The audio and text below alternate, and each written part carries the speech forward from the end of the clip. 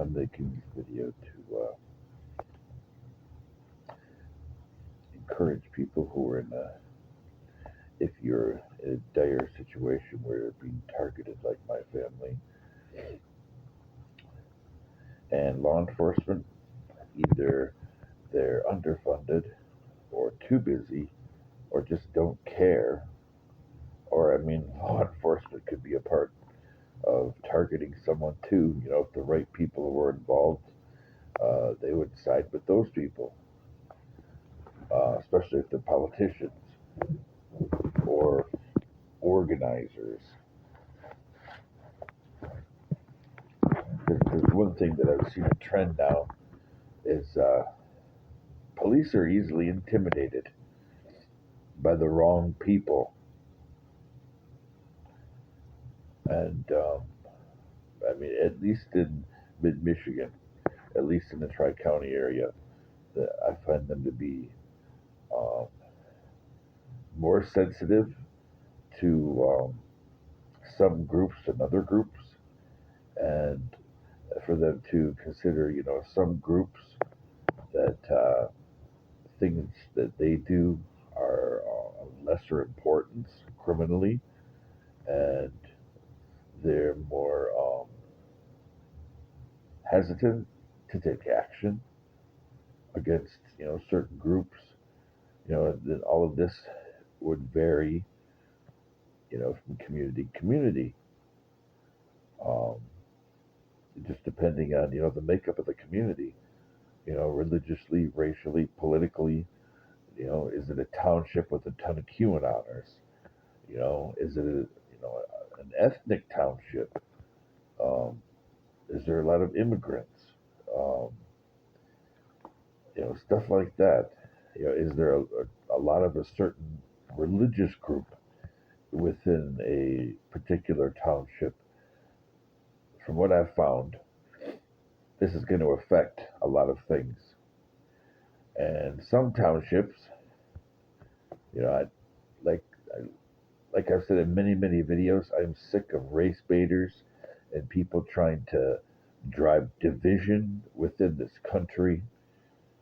But it happens all the time on both sides of the spectrum, and I despise it. I miss living in a mountain village by the sea, and not having to deal with this garbage every day. Where we stayed for quite a bit of time, um, it wasn't like this. People had each other's backs, and but that's all I'll say is that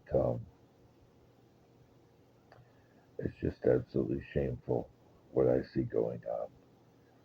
And generally the pockets that we've seen, they tend to lean more in a particular way um, that I've not seen. But I know it's on both sides of the fence politically, and yeah, I do know also that within the the county where we live, you it's not easy for any cops, but most of the firings that you see around this area are white cops, all the time, and I see the pattern again and again and again, and I guess it's white rage. I don't believe in that. It's a myth. I believe whatever rage is going on, it depends on the person, their background, what's happening to them, what has happened to them, and a lot of factors relative to that. There is no white rage, just like there's no white privilege. It's garbage. I've met people from all walks of life, from all racial categories. I'm so sick of Americans racializing everything, and it's not. I see it with blacks and with whites more than anybody else. I'm so sick of it. Gonna racialize everything.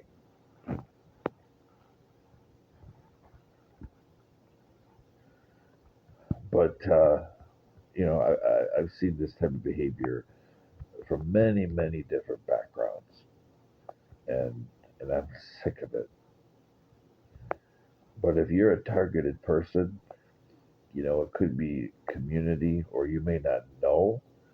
But I will say this, if you have repeated patterns showing up in your life, like I've documented here, uh, and you're kind of at your wits' end because nothing's happening. Especially the situation like I'm in. My health is declining because if anything is done at all, I've went in the community, but a lot of the VA providers are from the community, so I get the same treatment no matter what. But it's pretty apparent that someone is trying to make it look like trying to make my medical care similar to what people get in prison. And I'm not kidding you. Somebody is trying to, make things take a long time. And when I do get care, it may or may not be effective. Um, and specialists may take action, but very, very slow or, at the last minute. Um, that's what they do in prison. And I've never been there, but I've met people, repentant people who have been there. And that's the way it looks, and it's pretty sure without a doubt that parties are trying to keep my daughter and I stuck here as financial captives. That way, lots of people profit from us.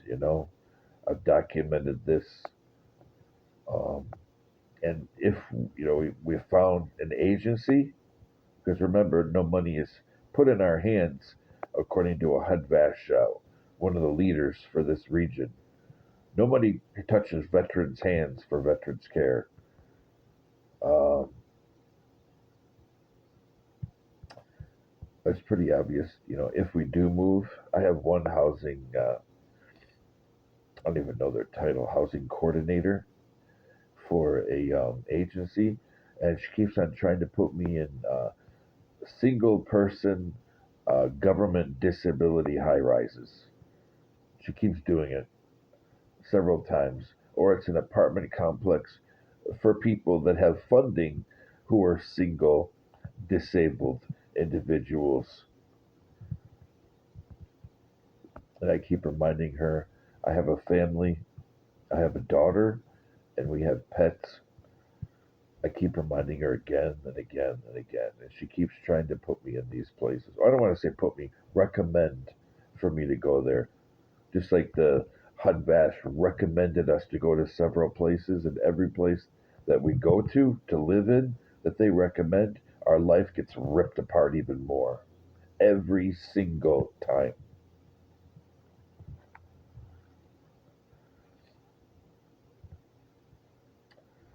And then they blame, then they play a blame game, which is really just a shell game. HUD-VASH will say, "Oh, you got to talk to the complex." Complex will say, "Oh, you have to talk to the police." Police will say, "Oh, you should talk to the complex in your housing agency." They all just point fingers at each other, and to families who are targeted, or maybe it just comes down to you got some nasty neighbors that live. There's communities in mid Michigan where people prefer to have the entire clan inside of a complex. I mean, a whole clan. I'm talking like the granny, the grandpa, several moms and dads that are brothers and sisters, and their kids all in a complex. And so if you tick off a family and some of these complexes, um, you'll regret it because the entire family will target you, and then they will use their connections, their friends, to also target you. And then if you're targeted by groups like Anonymous or QAnon, you may not even know until all of a sudden you see all this stuff happening to you, different agencies. All of a sudden you're a victim of identity theft. All of a sudden your credit card or something is saying, yeah, we sent you a new card. It's being activated and it's being used. Uh, so why are you complaining about charges that you see in your email or whatever, or via text? Uh, because according to our records, it's you, or you're supposed to be getting tons of letters from Veterans Benefits Administration regarding your claim, but you never get them. Uh, you look in your file with VBA on va.gov, and according to them, they've sent you several, letters every time something happens with your case, but you've never got them. Your address is right, your phone number's right, just the letters apparently aren't reaching you. Just like your case keeps getting taken out of your hands when it's given to providers. You don't have any say anything, and everybody refuses to give you paperwork. The doctor, Veterans Benefit Administration, the various companies that are contracted, whether they're a HMO or or a PPO or just an evaluation service, nobody will give you records. But you keep on having medical opinion after medical opinion after medical opinion. They're stacking your case against you. That way, even if you do go in front of a VA appellate law judge, they're going to have medical opinions against you already ready. And you may even find that it seems like people are outthinking you when doing something with a case or with a complaint.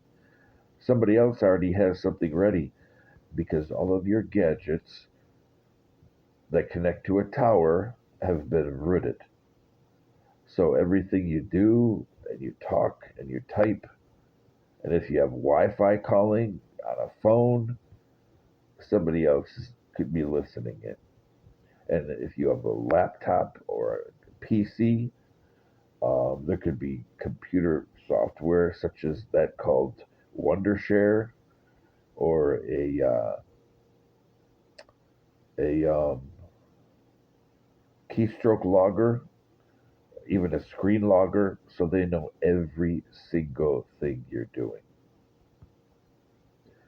This is financial captivity. They have to know every possible thing, but the biggest thing they have to know is if you're going to go public, and if you're going to find somebody outside of your community who will listen. So, if you're at your wits' end like we are, health declining, you have to think of your children, and people keep trying to glamorize if you have to put your children with relatives. Oh, it's okay. A lot of people do it. There's nothing good about that. Or if the non custodial parent, people say, well, yeah, maybe a child would be better with a non custodial parent. You know, this is, these are people, they're gaslighting you. And believe me, they've done it to me too. They always do. And some people, when you talk about things like this, they won't have a comment because they know what's going on. They don't want to appear that they're greedy, sitting with anticipation to get their share of either victimization of you or some kind of reward or both. And you can't forget, again, I always bring this up, you can't forget the excitedness that sociopaths and antisocial personalities get when they hurt people. It's an almost sexual gratification, and for some of them it is. And some of this you won't see readily. If somebody is a member of Anonymous or QAnon, and they're talking about you and the message boards, or they're joking around and just having a good time at your expense, you won't see this stuff. It's in the message boards. If you're not in the non and a member of the QAnon boards, you're not going to know anything. And people gaslight you and say, "Oh, you're paranoid." No, this is just life. That's the thing. People say all the time, "Oh, this is just life." No, life is a flat tire. Life is busy, so a payment, is a couple days late. Life is a, a check, you know, once or twice working for a company that's erroneously deposited in the wrong account, so you have to fix it. Uh, Life is when you get that neighbor that moves in, and maybe their friend they went to high school with lives in the other side of the building, and they're all bad people. That's life. But now, when the whole building is bad people that target you, or are friends with people who target you or threaten you regularly, that's not life. When you have one or two checks a year that are mistakenly deposited in the wrong account, that's not life. When your bill is paid on time but the system reflects there was a delay, that's not life. Or you never get the bill at all because somebody hacked a dashboard, so you didn't get an email or a text. It went to somebody else's phone. That's not life. And when people sabotage so much, especially disabled veteran, people don't realize how vulnerable we are. When you're a veteran with layered health issues, even if they're mild, they're layered health issues. People say, "Oh, all you have is mild arthritis and six joints, and yeah, you just became diabetic." But lots of people are diabetic. Uh, you have you have a stomach ulcer, um, and it bleeds from time to time. But a lot of people have that. That's why you're taking medicine, and over time, maybe 6 months, that your ulcer will be healed. Um, yeah, you got some stuff, but you're fine. It's layered. Layered medical issues are never good. That's why the VA is the only agency that is built to deal with layered medical issues. That's the rating system. Outside rating systems, they're not as comprehensive. I mean, that could be good or bad. That's why sometimes some people go for Social Security before VA disability, because it is more black and white. It could be good, it could be bad. But there's some people in the disability system, that Social Security disability system, that do have experience or knowledge about VA rating, so they look at things more comprehensively, and they'll understand the concept of layered medical issues, and how bad it is for that person. The more layers you have to your medical complication, to your disabilities, the more difficult it is to move forward. As far as financially, medically, and all of this affects your family, all of it. And it should never be a matter of people abusing and gaslighting people about ADA, or trying to make you think that just because you have some layered medical issues, that you're less of a parent, that you're less capable to handle your own money, that you're less capable to live on your own, that you're less capable to drive, unless your disability directly makes driving dangerous or difficult. But that even then, there's modifications now. We have people that are partially paralyzed that are driving. because this is supposed to be enabling culture, even if people have challenges and limitations. When we have a disabling culture, we're walking right into a fascist dictatorship because the state and those people who ally with the state, and I'm not a QAnon, and I'm not talking about deep state, I'm talking about predators that have government employment. I'm not talking just about sexual predators, I'm talking about predatory personalities. People that don't care about others, and some of them like to hurt other people.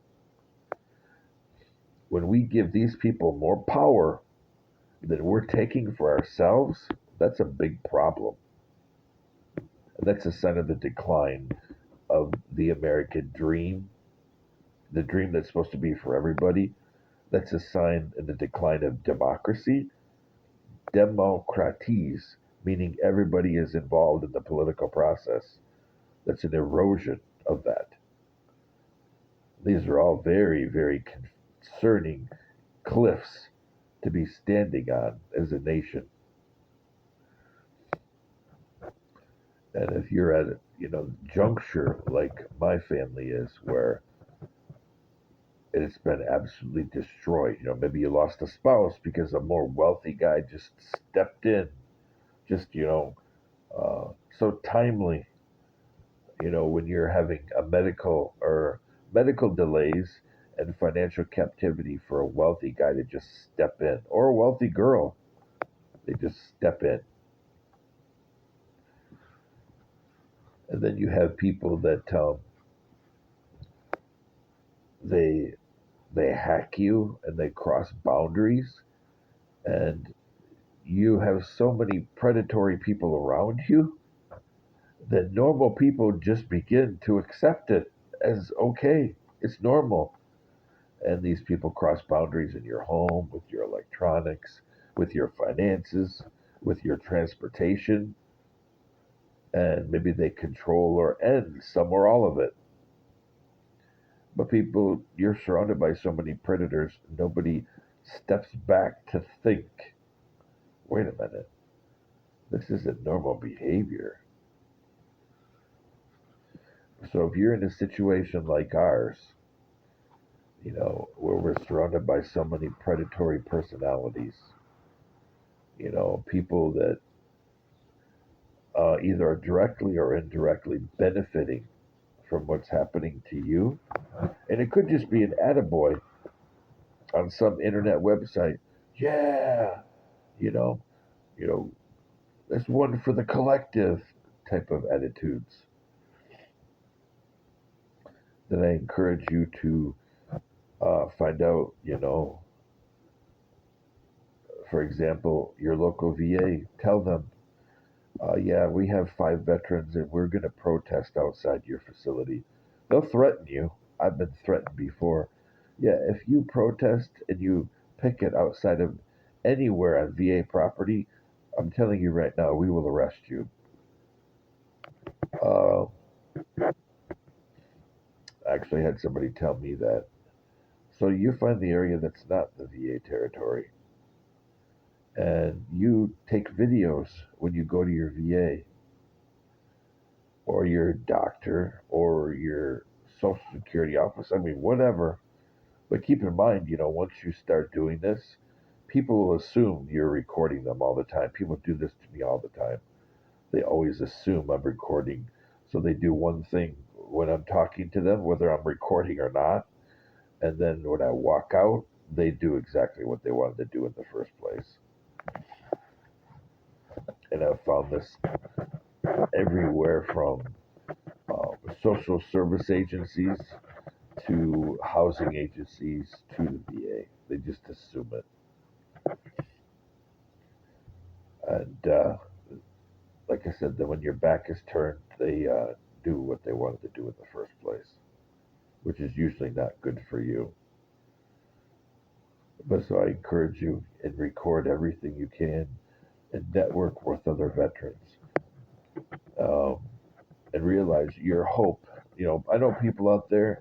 There's some people that hoped that President Obama would fix things. I mean, he did fix things, but he's not a savior. He's not going to step in and you know and try to help everyone. And I know some people thought that President Biden was another kind of political hero. The same applies to him. And many people think that the current President Trump, I never thought that would happen. Um, but then again, Reagan did too. So he was a TV guy too. I mean, of course, not as controversial, but uh, so I mean, it's just people from somebody from TV gets into the White House again. It's not the first time, and it's not the last time. Um, but people thought that he would fix things too, and some things he has, some things he hasn't. Um, so the only way that you're really going to get true representation and the things that are needed to be repaired or protected in your community or your family, you're going to have to find others like you and protect yourselves.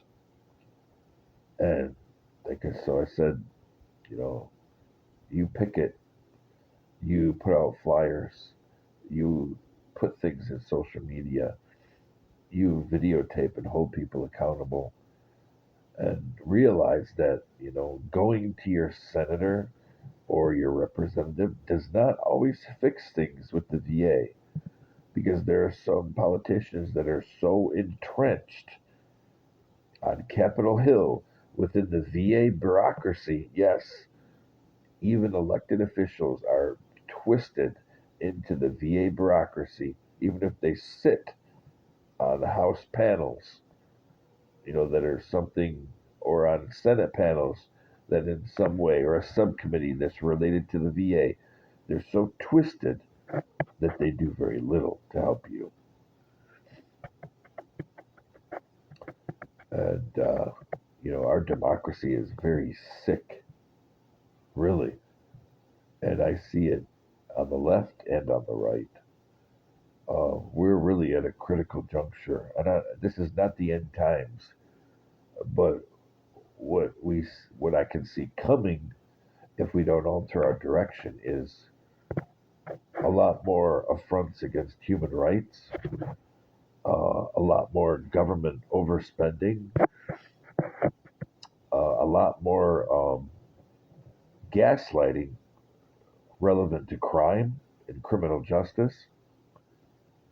And I see a lot of things on the horizon that we have the capability to prevent the bad directions in the next 10 or 20 years. But the question is, will we do it? And I see lots of families, being ripped apart, while other families that children are at risk. The parents are bad parents. Uh, Families with kids or parents that are involved in crime and antisocial behavior and extremist groups. These people are being left alone, while good people, just because of a post on the internet or because they ticked off a local hacker or because a politician doesn't like them or a judge, all of a sudden their life is turned upside down.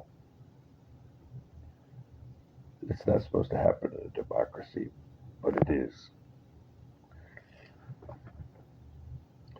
And there's a big difference between uh, civil rights or human rights organizing and agitation, civil unrest, destructive protesting, uh, and other actions that damage property, hurt people, and don't bring out anything positive when you're trying to create a movement or just talk to people amongst yourselves about a particular talk amongst yourselves. Oh, that brings back Saturday Night Live memories. But if you if you're trying to create some kind of an interest and educate people, or maybe network amongst other people who, especially veterans, they're seeing a pattern every time you talk. It may or may not be some, internet targeting. It's becoming a lot more common than people realize. People think only YouTubers and, famous Hollywood actors and actresses and famous singers from Motown are targeted. No, it's becoming a very common thing. And we can make lots of TV shows and lots of movies about bullying and have bullying campaigns. But until that attitude of gaslighting and, a utilitarian approach to these type of criminal behaviors, until that goes away, nothing's going to change. It'll just be another, you know, uh, streaming hit about bullying, or another book turned a movie about a school shooting, or another. Well, we don't have after school specials anymore. That's something that's in my generation. But um, another public service statement, attached to some streaming show about how bullying is not good. It's harms people. It harms the community. Um, but still, we'll have people bringing weapons to school. We'll have kids so alienated. Now, this is a little bit about the area that I've studied and been involved in. You have people that become involved in criminal activity or terrorism because they have a motivation. They have they've been alienated and bullied and beat down so much that they become how could I put it? They become socialized in hate, to hate a particular group, or to hate a country, or to hate a religion, or to hate a civilization. This is grievance-based terrorism, and it's becoming very common, very common. And there's different levels. This is my argument. There's various levels. It could be just hating a certain group in high school or in a college. Oh yeah, they're the Greeks, things like that. And people are so against people because of these issues. Because what happened to them? Oh yeah, maybe somebody's repeatedly bullied by some sororities and fraternities, or maybe somebody's repeatedly bullied by people in a gang or in an ethnic group, or they're involved in politics at a lower level. And these people are always at them, always trying to undermine their life, their family, their career, and they become grievance based. And it could be something as small as not walking on the same side of the street when you see there's some Democrats over there, or it could be something as radical as, oh yeah, we heard that guy's an anti-QAnoner. We've posted, you know, everything about them, the school their kids go to, where they live, their IP address, their phone numbers, their bank accounts, their debts. This is something that I haven't talked about much, but I've seen patterns in mid Michigan, especially in Saginaw County, of certain debtors that litigate people. And it's interesting to look up at the panel of the court cases going on at any day, and you repeatedly see the same credit cards, the same banks again and again and again, litigating people, and it's very interesting. And then, from my experience, if you have a debt, people will post it on a QAnon website. That way, debt collectors that are involved in, I don't want to just blame QAnon because it could just be anonymous. These people travel in the same circles, but on a board out there, people will post your debts. That way, people involved in this kind of activity this kind of extremist activity, they'll buy your debts. That way, they can endlessly destroy your credit every year. Yep, time for an anniversary to destroy the guy's credit again. Yeah, I got me and four other people. We have collection agencies. We're going to buy up their debt and we're going to litigate them. Another anniversary. We may or may not litigate, but we're definitely going to go after the credit report again. That way they can renew that attack on your credit. So even though technically the original debt uh, it's not litigatable after 7 years, doesn't mean they can't keep selling and reselling it, and that will continue to damage your credit rating indefinitely. Stuff like that. They'll post your debts. Uh, People would be really surprised to find out how easy it is to start a home based call center or a home based debt collection agency.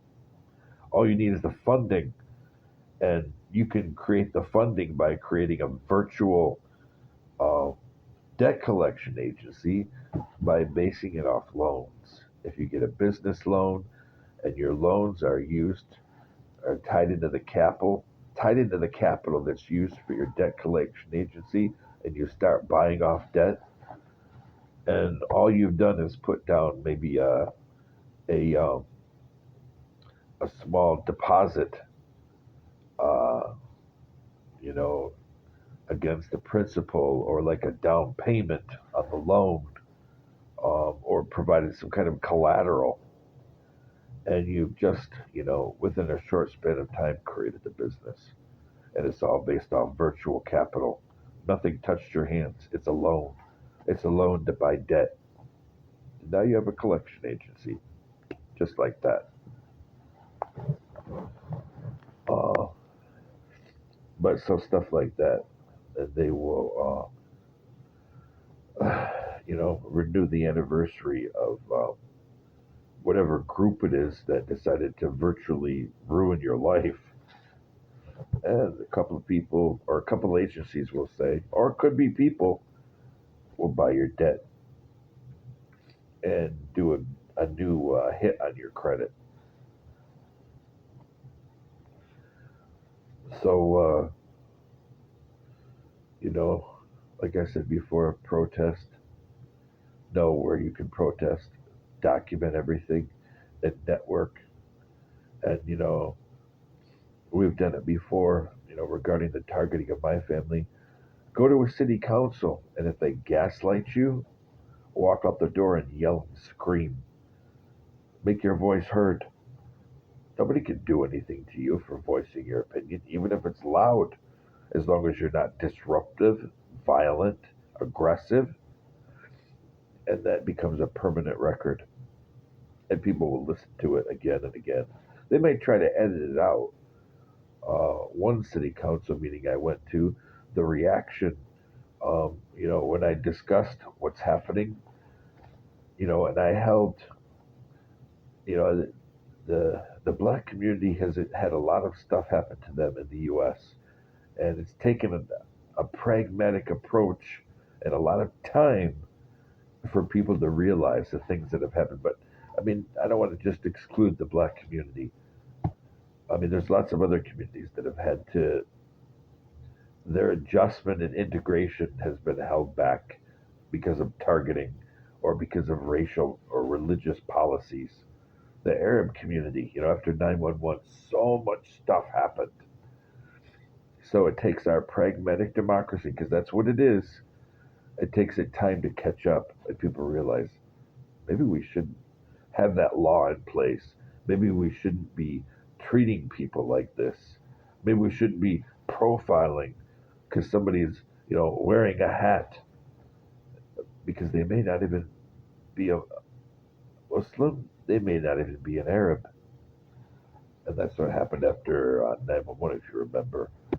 Sikhs were targeted, the most ridiculous thing. How do you equate a Sikh with what happened then? There's no connection whatsoever. And in actuality, the Sikh religion is about defending righteousness, defending the weak, defending the vulnerable, widows, orphans. To those of you that studied scripture,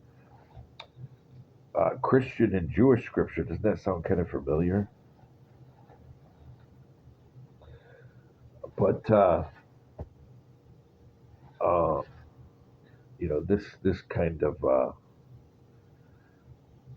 this kind of stuff is it's not supposed to happen in our country, but it is.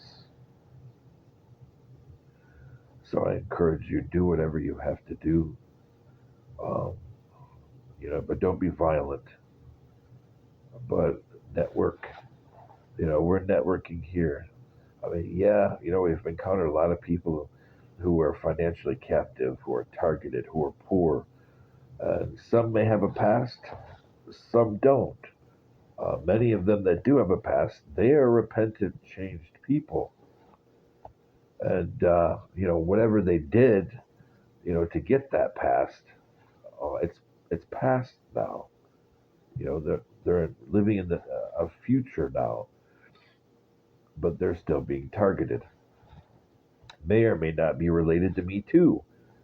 It may be just because somebody spent time in jail or time in rehab or they had their kids taken away. It could be anything. But this is not supposed to be a part of our country where people's lives are upended because of vigilante justice or uh, because of some bullying, because somebody put something on the internet, even in a chat room or a bulletin board, especially a bulletin board. It's supposed to be 18 to be on those sites, but sometimes it's not enforced. Do whatever you have to do to protect your family and to protect especially your fellow veterans, so that the world is a better place, and especially for veterans, because everybody gave some and some gave all, and we can't forget that. We should never forget that.